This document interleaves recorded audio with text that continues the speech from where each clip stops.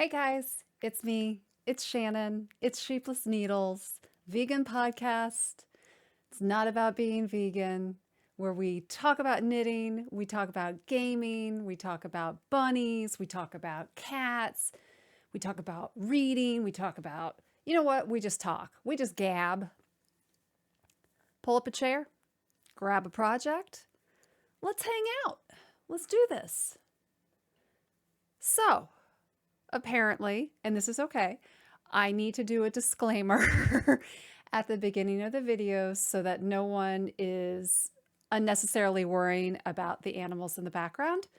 So, my husband and I ran a domestic rabbit rescue for over a decade, and we retired, I want to say, in early 2021.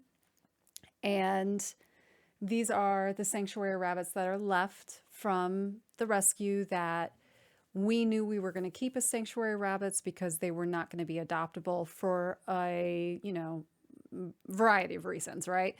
So there are 6 bunnies behind me. In the Lathe Pet Works bunny condo, we have Mom Harriet, who is, I think, right over here. You can't really see her. Her son, Little Lebowski, and her other son on the bottom here is One Ear. And then over behind me, and I don't know if I can do this without knocking into the mic. Okay, behind me we have Orwell, Harvey, and Nano. Nano's actually in the tunnels, so I don't know if you can see her, but Harvey and Orwell are brothers, and they are in the litter box. Those are our geriatric rabbits who are very, very old. We're very happy they're still with us. Harvey does have a condition called head tilt. He is okay. He just does things much differently than other rabbits. And not only does he have head tilt, but Harvey and his brother are both partially blind. Harvey is almost completely blind. Orwell is probably about 40% vision right now. But that's why the background will probably always look the same, because I don't like to move things on them, because once they know where things are, they're much more mobile. So chances are you will see Harvey come out and he'll probably do a running bank, but it's going to look really awkward. Please don't be alarmed. He's okay. And I wanted to say thank you really quickly to the person who asked about Harvey on the last podcast, because one, the fact that someone noticed and thought to ask to be helpful, I think is incredible. I appreciate it more than you can ever know. So anyway, I didn't want anyone to sit through this whole thing and be like, that stupid lady and yada, yada, yada. So that, well, you can call me a stupid lady. But anyway, that's what's going on in the back. I also have 2 cats, Smithers and Maggie. Smithers, just so you know, only has 1 eyeball, and that was his fault. And, that's a story for another time. Maggie is in renal failure. So, we're kind of coping with some issues there, but she's doing okay. So that is the check-in on the animals. Let's check in on the human animals. How are you guys doing? I'm going to be just absolutely honest that I am in a really, I don't know, not great space mentally, I guess is what I would say. I think the world events, I think just some events in my own life are just weighing really heavy on me. And I think in times where I feel like I don't know how to help, it kind of brings me to this stagnancy, and I'm not in a positive place. So I am trying my best to work my way through it. So if you notice that my mood or things I'm saying don't sound like the typical goofy Shannon, that's where I'm at. And I just think it's okay to be there. I think it's okay to be honest about it. I think, yeah, I don't think I need to even go into what's going on. I think we all are feeling a little helpless to help. And what I did in my own life is I found a charity that I donated to for the Ukraine, and I'll try to leave some links below. But I really encourage everyone, even if you can't give financially or you can't, volunteer your time. Be a loudspeaker, be an amplifier for organizations that are on the ground doing really, really great work. Voices and communication can help in situations, particularly in situations where maybe you're not, you don't have solvency to give money, and there's nothing wrong with that. Use your voice and put it out there, right? So anyway, that's my shtick there. And because I don't know how else to help. So yeah. All right, let's talk about what we're drinking today. Today we've got, this is the old standard, although it's an old standard kicked up a notch. This is New Holland's Dragon's Milk, but it is bourbon barrel aged. Now, I have not opened this yet. This is an 11% beer. But if I finish this by the end of the episode, I guarantee you there will be some redness, maybe some tears, maybe some laughter. I don't know. Let's just open her and find out what happens, shall we? Let's do it. Okay.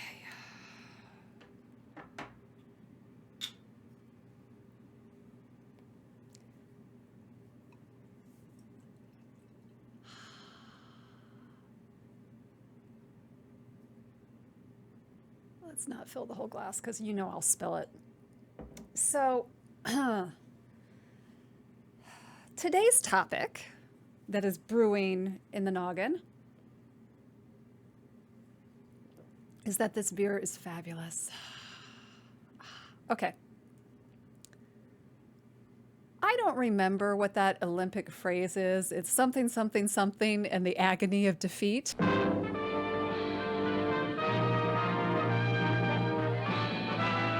Spanning the globe to bring you the constant variety of sport, the thrill of victory, and the agony of defeat.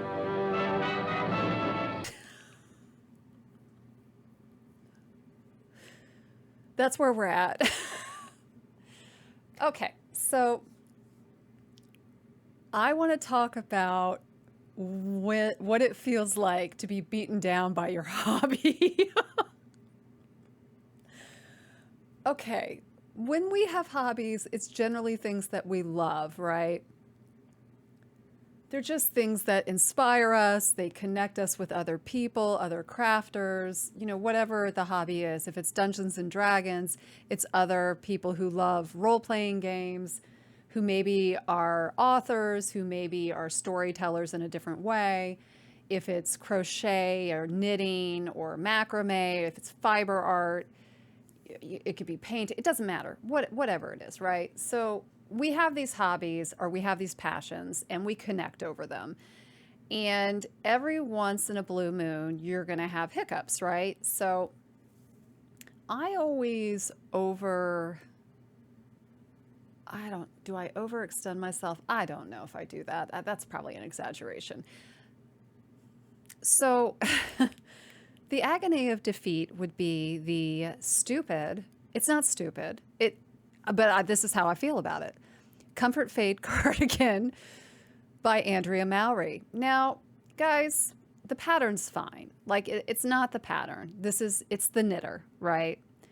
And here's what happened.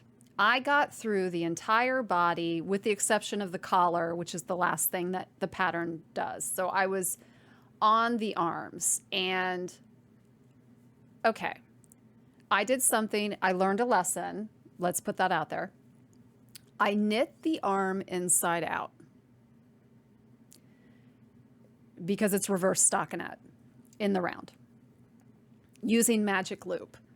Let me tell you about a couple things I don't like. I don't like knitting inside out. I don't like magic loop. I'm okay with knitting in the round, but magic loop is just not something that I love. So I had already put ingredients into this bowl to create a disaster, right? And I just went with it. I got all the way through the arm, never right-sided it out to double check anything. I had carried my yarn via magic loop because, there's color changes. And somehow I had dropped the color on the inside instead of the outside. the working yarn. Okay. So when I had a color that was at rest, instead of dropping it, how do I want to say this? Because I was inside out, I was dropping it inside and not externally, which is where my mistake was. And if you understand what I'm talking about, it means you've made the mistake and you know what I'm talking about. If what I just said made no sense, you're probably a really, really good knitter. You probably are paying attention to what you're doing, and you're probably like, what the hell is she going on about? Because it's a mistake that you would probably never make. So I right-sided out the sleeve to find huge sections of carried yarn along the entire arm where the seam was, or where the magic loop, where the fold was.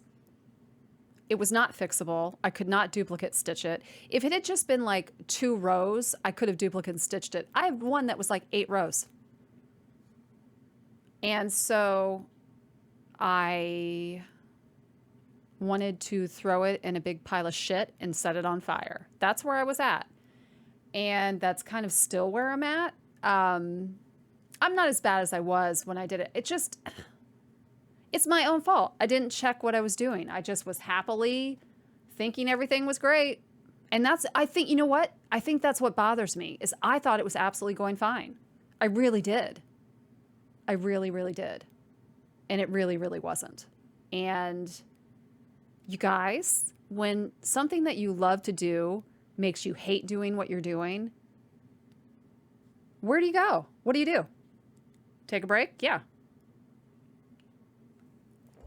Let me show you where this is living. I don't even think I can pull this out yet to show you guys because I'm so pissed off. Yeah, I can't. I really don't want to ruin my mood. So, I SOS'd the group. I mean, it wasn't even an SOS. I just knew it was done. Like, I knew I needed to frog the arm and be done with it. And there was... I don't even want to get into frogging the arm. Let me just say, I don't know if I'm going to have enough yarn right now to actually finish the project. And I went on Webs to order the 2 extra skeins that I'm going to need. It's gone because it was on closeout. So I think that's the universe's way of telling me, screw this sweater and just let it sit for a while. Maybe I'll make a vest with a hood. I don't friggin' know what I'm going to do. It just needs to go away and get out of my head space. Because I think what really bummed me out is that I love knitting. Like, I love working with yarn. I love just the meditative practice of it. I even love it when, typically, even if I don't get anything out of it, like, I like to make things for other people and just give it away. This kind of just took the wind out of my sails. There was no Christopher Cross playing. There was, no sailing takes me away. There was none of that. Or, when you get caught between the moon and New York City. There was nothing. I just kind of deflated everything. And it just made me like really not like my hobby. And that sucks. Has that happened to you before? Have you had a project that just... I don't want to say the project beat me, because it didn't. I'm still knitting. But it just sucked some joy out of my life when I needed the joy. And I think that's what's bumming me out. Now, at the end of the day, the project isn't what did that. Well, hello, buddy. Did you wake up? Yeah. I did that. It's my mentality. It's me wrapping my head around making a mistake and failing. And you know what? There's not, like, I don't know why in my life it is so important to be good at something, because maybe I don't feel like I'm good at anything, truth be told. And it just made me feel like, wow, I'm a shitty ass knitter. And you know what? Maybe I am a shitty ass knitter, but so be it. If that's what I am, that's what I am, right?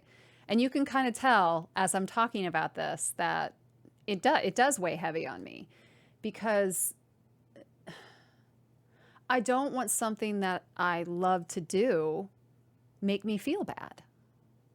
It's, and you know, the only thing I can equate it to that where this has happened to me before is with my writing. I used to write a lot of poetry.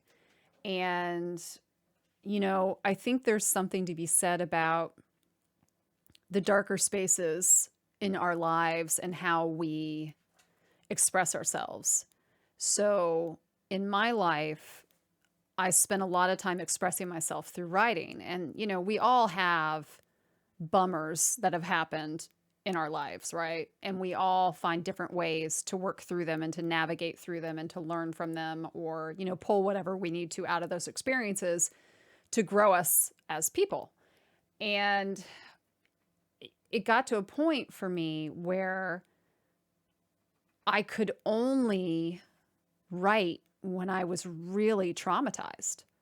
And when I wanted to write something positive, it just wasn't there. And I realized, okay, now this has become a crutch of negativity for me. And I really need to figure out how to change that. And that's kind of exactly the feeling I have right now about that stupid cardigan. And I'm probably making, you know, a mountain out of a molehill. And I'm sure, you know, I'm sure someone's going to come at me and be like, first world problems. How privileged are you that you can complain about it? Blah, blah, blah. Yeah. I hear you. I know there are far greater problems in the world. I'm complaining about something that is completely trivial in comparison to the majority of bullshit that's going on. I know that. But it's still my experience. I'm allowed to have it, and I'm going to vocalize it because other people probably are feeling a similar way. And that brings me to another point, which would be when things are crappy, and I mean crappy in the world, it doesn't mean that you still can't complain about shit in your own life when you need to get something out. Like, your problems are still your problems. World problems are still going to be there, right? And just because something really horrendous is happening doesn't mean that you can't have a bad day that is not related to that horrendous, you know, momentum. And, or a good day. That's the other thing. Let's feeling guilty about being happy when just the world is a disaster. And I just think it's a very hard place to navigate. I've seen a lot of criticism for people who have been creating, either online content, whatever it is, about how the hell can you be posting about this when such and such and such is going on. When you create art in your life in whatever media it expels itself from your body, that's your way of expressing yourself. And that is your way of coping. So I try to, I mean, I don't want to tell people not to be critical of other people. You do you. However you feel about things is how you feel about things. But I guess what I'm saying is it's okay to have a good day when the world is having a bad day. And you know what? It's okay to have a bad day in the opposite circumstance. It's okay just to be and to be honest about where you're at. And I mean, it's kind of like telling a vegan, you know, how could you ever be happy in life knowing that animals are being slaughtered? That's like basically saying, you know, because you chose to be vegan for ethical reasons, you don't deserve to be happy because the ethical reason is still in existence. It's like bullshit. You know what? I can be a joyful vegan, even though there's still atrocities being committed. I can still be joyful, and I'm saying this so angrily. But I guess my point is, it's okay to feel the feels, and it's okay to be honest about them. And, you know, it is what it is. So, to the agony of defeat. I can't wink. Can you wink? I can't wink. So, I took a day, okay, after the cardigan debacle, I took a day off completely because I was just like, I don't want to see yarn. I don't want to smell yarn. And I went ahead and I cast on, and I forget her last name now, but her first name's Petra. And it was the one, and it's yarns to go. I'll leave everything in the show notes. I cast on the soft tee, and here, I can show it to you. And again, we had an agony of defeat moment, but I'm not going to worry about it. Okay, so I'm going to have to be really, really careful with this because it keeps coming off the needles, and that's a little problematic for me. There's not really much to show you guys, right? Okay. Now, here's the deal. Let me see if I can find one of the lace. Where am I on this? I don't even friggin' know where I am on this. Oh, yeah. What I'll do here, I'm going to be filming upstairs. I will do a close up on this so you can see it when it's, so that I don't ruin it any further. But here's what happened. I was knitting on it. First of all, I'm rewatching all of Blacklist because I love James Spader. Okay. So I don't know what season I'm on, but I am sucked in. And I just, it is what it is. So I was sitting on the couch upstairs with my iPad watching James Spader. And Maggie was in my lap. And I'm like knitting and I'm knitting. And all of a sudden I realized, why does something feel really weird? And I look, and Maggie had shifted into the project, and her weight of she took, I can't even tell you how much my lace work, how many rows she took out, and it was the lace work part, not the stockinette part, of course, right? So I am not, I'm not Mrs. Fix-It when it comes to knitting. I mean, I can fix stockinette drop stitches and, stuff like that. But when it comes to yarn overs and intricate lace work, guys, that I'm not here for that, right? I'm not here for the SOS and ambulance and sewing that shit back together. So I got it on the dining room table. I fixed as much as I could. I have one stitch that's just MIA. It's just missing, and it's not a yarn over. I can't figure it out. So I'm going to set it up on my dining room table, knit the rest of the round. And when I get back to that part of the lace work, because in the pattern, there's 2 panels of lace work that run the front and the back in the center of the tee. And I don't know, I'm not really, this is so low. I mean, it's you knit it, bottom up, right? So where this happened is at the very, maybe the 3rd repeat of lace work. I don't really give a shit as long as it's not up here. I mean, if you're staring at that part of my body and you're like, wow, you dropped a couple stitches in your lace work panel, you need to be looking elsewhere. That's all I'm saying. So I'm not going to stress about maybe that section of the lace work is going to be a little iffy. It's all gray. I'm going to wear a black tank underneath this thing. Whatever. But it just was one of those moments where I was like, you've got to be kidding me. This is the first project I've started since that stupid cardigan, right? And this happens. And Maggie just couldn't be bothered. She got up off my lap and then went behind me and just promptly fell asleep. I was like, if you only knew, Maggie, what you just did. But she doesn't know. She was just happily cleaning herself. And you know what? Any time I have with her is borrowed time, and I give 2 shits less. Or no, how do I want to say? I give 0 shits. So that's what I am working on. I also ordered, and it just came in, a crochet hook because I found, well, first of all, on Ravelry, on the homepage of Ravelry, they have updated the search features for Ravelry. So go to the homepage, read all about that. But you can search by country of origin. So if at the time, if you wanted to support Ukrainian crafters or pattern writers or designers, you could locate them via country. And I went ahead and bought 2 really cute patterns. I will link the designer in the show notes because honestly, not in my head right now. But one is a bunny and one's a cat. Super, super cute. I don't know how to crochet, you guys. I watch people crochet and it looks like voodoo to me. I am so confused by it. So when I saw the patterns, I was like, well, oh, shit, now I got to learn how to crochet because that they're too cute. So I'll have Steve put a picture of the bunnies here and you will see it. You'll be like, yeah, Shannon, you do need to learn how to crochet. So if you have any tips on someone who's never crocheted, on how to get started, are there is there a YouTube video or someone you follow who you're like, yeah, go check this person out. This will get you through it. Yeah, let me know. I found a couple, unfortunately, I did find the Furls website, and you guys, you got to be kidding me. That's all I'm saying. I'll leave that in the show notes. So I am going to try, I'm going to attempt and probably fail at crocheting, but you know what? Agony of defeat. You can't get there if you don't try. So even if I need to play Chariots of Fire while I'm trying to crochet, that's what's going to happen, because maybe I need that kind of motivation.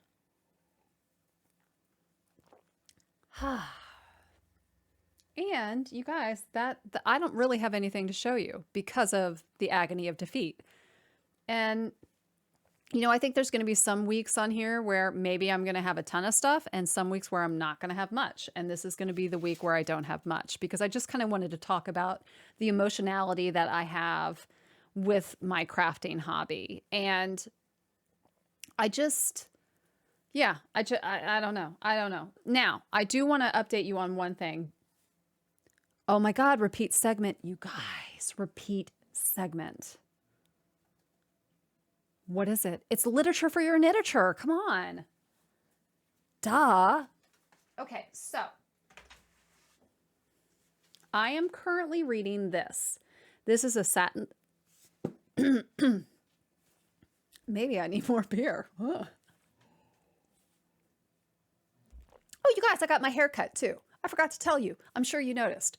If you're new here, here's the thing. I'm going to look different every time because I do my makeup drastically different, and I have a love-hate relationship with my hair.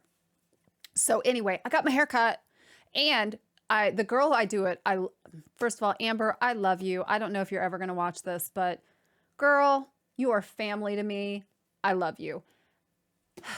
She retired from doing hair. She owns 2 salons, so she's going to spend her time in terms of management and training, but she's not actually going to be cutting hair anymore.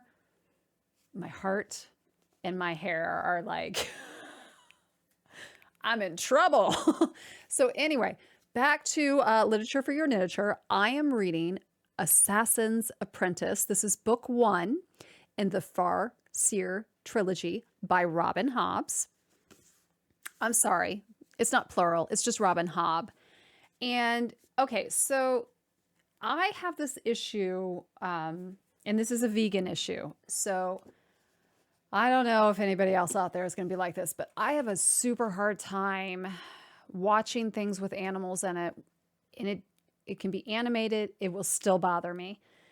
And same thing with books. Like, I just can't. Like, my heart can't do it. And I got very concerned because once I started reading this, I was really, really worried. Now, granted, I'm only that far, right? So I don't know what's going to go on, but the main character in this, Fitz, has a connection with animals, and I'm hoping it goes in the right direction for me and not in the wrong direction. So we'll find out. Anyway, I will say this. I'm enjoying this because I feel like Robin Hobb really, really, really fleshes out characters in a really great way. Like, it's not like Tolkien where it takes 80 gazillion years to get through something, but it's just very well-rounded in terms of building the characters, and I'm really enjoying it. And the funny thing is, I forgot the title of the book when I was reading it. And I was like, what does this have to do with being an assassin's apprentice? That did not start happening until about 20 pages ago.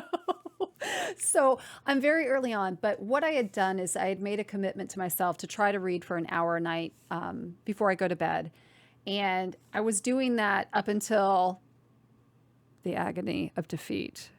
The night of the Agony of Defeat, just so we're clear, I believe it was either Wednesday or Thursday. I have blocked it out. Whatever night that was, I did not read. And I sat on my couch with a beer and I was just like, I hate knitting.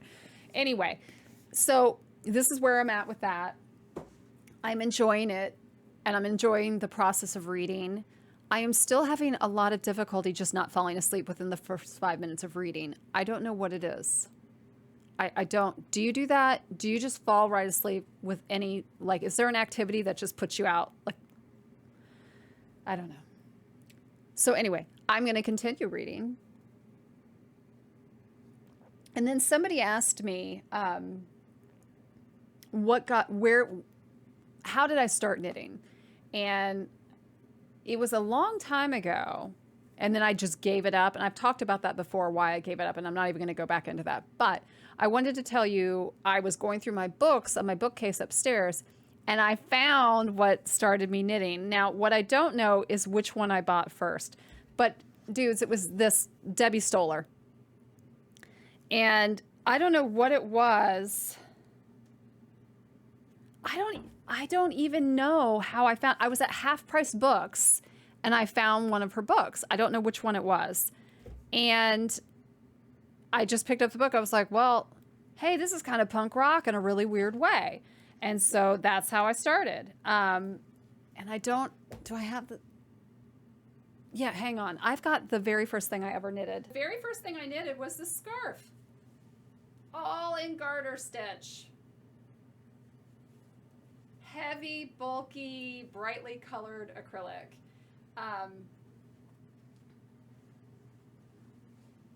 Yeah, this is the very first thing I knitted from that. And dudes, I'm going to say, for teaching myself out of this book, what was really funny is I had no idea how to weave in ends, so I just tied knots.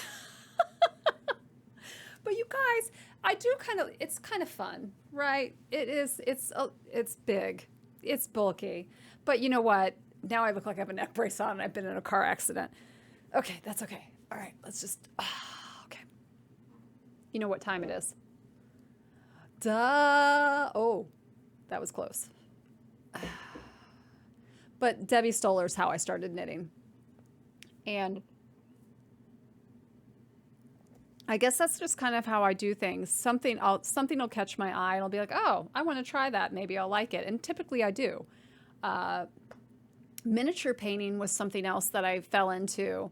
And that was strictly just from playing Dungeons and Dragons and wanting to have like a character mini, not be, primer gray. And I don't have my mini stuff down here. I'll probably shoot a video for painting because I'm going to get back into it. I've got a board game coming called Bard Sung that I did through Kickstarter. And we also play Dark Souls, which is really, it's a video game, but there's a tabletop game you can play. And now there is now a role-playing game. We have pre-ordered the role-playing game. I think we don't get it until May. So anyway, I like to have miniatures in those circumstances because visually it can just kind of, especially if there's combat or something, it can just really help. For those who aren't familiar with the hobby of miniature painting, people do miniature painting for a variety of reasons. I'm going to tell you where I come from on it. When you play Dungeons and Dragons or you play any tabletop role-playing game, typically, you're on an adventure, you have a quest. And a lot of times you could be like puzzles. It doesn't matter. You could be in a dungeon doing a dungeon crawl and you have maps and you need to know where you are. And miniatures are the fun way of knowing where you are versus like, this bottle cap is my character and I'm going to move it forward. Miniatures are just it's just more fun to use them. And painting miniatures, oh my gosh. If you Google just miniature painting, there's some people who I don't know how they paint what they paint because they're miniature, right? So I've got a jeweler's loop that I use to paint with because my eyeballs can't even see the detail anymore. And that's kind of a bummer. And anyway, so miniature painting is another thing that I love doing. I have no idea how I started talking about this. Someone asked me how I started knitting. How I find hobbies. Well, because I was playing Dungeons and Dragons and I wanted a character mini. That's how I started miniature painting. Crocheting, I'm going to start because I found a cute pattern on Ravelry. My hobbies, I just kind of fall into my lap. And I guess it's like maybe what's really happening is I'm trying to find something that I'm good at. And maybe I'm just not, like I said at the beginning, first of all, I've got to take this off. It's so warm. Oh my God. Maybe I just need to take this upstairs when I'm really cold watching TV. Anyway, sometimes I feel like I'm just not good at anything. I'm just at that. I think the planets, whatever's going on in retrograde up there, holy smokes, I'm having a moment and I'm not feeling. I'm not feeling myself. You know what I'm saying? And I just. And this isn't a call out to be like, give me compliments. Don't. I mean, that's not what this is. This is about me on my journey of trying to like myself. And you know what? Some days I do, some days I don't. And I, that's just the truth. I try not to compare myself to other people. And, you know, this is why I think social media is just a bitch, because if you're looking at, like, especially when you look at people you go, like, went to high school with, particularly people who weren't nice to you, it's like, why do they have the best life ever? And they really don't. That's just what they're putting out there. Um, do I have the best life ever? I've got the best life for me, as far as I can tell. The only thing that I'm trying to be best at is being me. And some days I nail it, and some days I'm sitting upstairs with beer and cookies, and that's my dinner. That it is what it is, guys. I don't know that I'll ever have all the answers, right? I don't think I have any answers. I think I have many questions. I just don't think I have any answers. And hmm.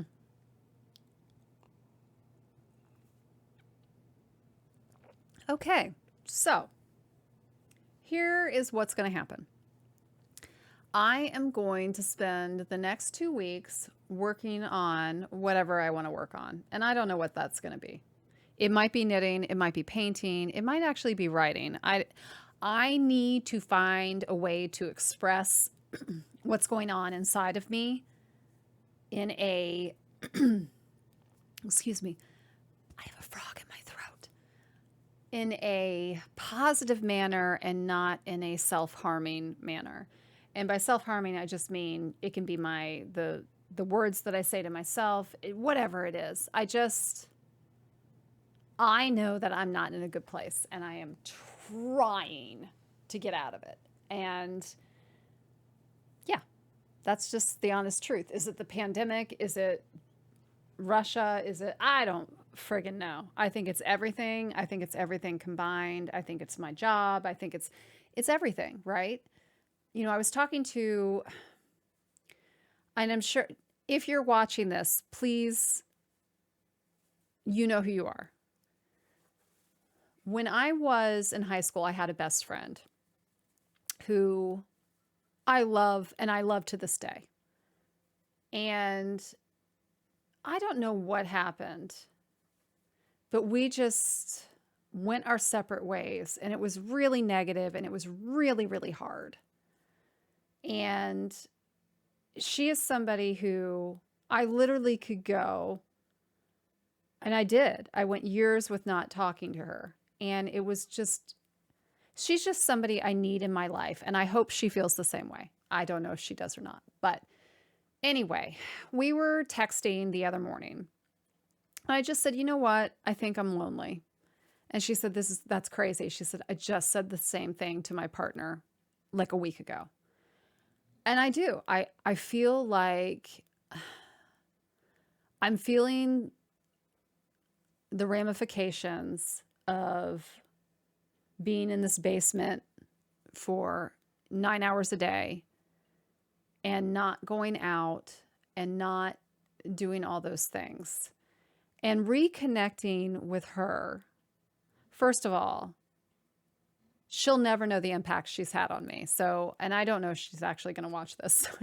Probably doesn't matter. But you know how you have people in your life that no matter what happens, like if something really bad happens, even if you haven't talked to them, even if you were in the biggest fight, your gut instinct is, I need to talk to such and such. That is who she is to me. And because she knows me, she knows who I am at my core. She has seen me at my worst. She's probably seen me at my best. She's seen me all the in-betweens. And I think the same could be said in terms of her to me.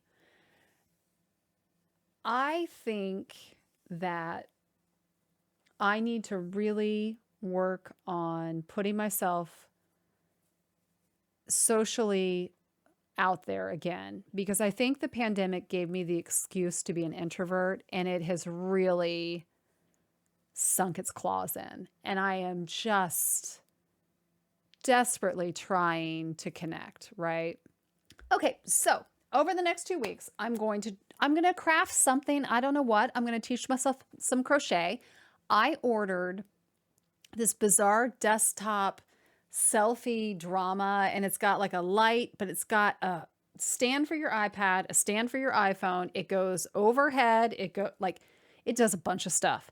So I'm going to set that shit up on my dining room table upstairs. I'm going to teach myself how to crochet. I'm going to try to film myself, and maybe we'll throw that in here. And you're going to see what it looks like when someone who doesn't know what the hell they're doing is trying to teach themselves something. That's what's going to happen, because I kind of feel like in my life, in general, people can talk at me and tell me and give me unsolicited advice. I just don't listen. I kind of do my own thing. And I'm not saying that's positive. And many times it's not, because things would be much easier if I would just listen to the wisdom of others. But I have a hard time with that, right? I always have. So I always try, the whole adage about work smarter, not harder. Sometimes I do it in the wrong order. And that's okay, because you know what? Agony of defeat. At least I tried.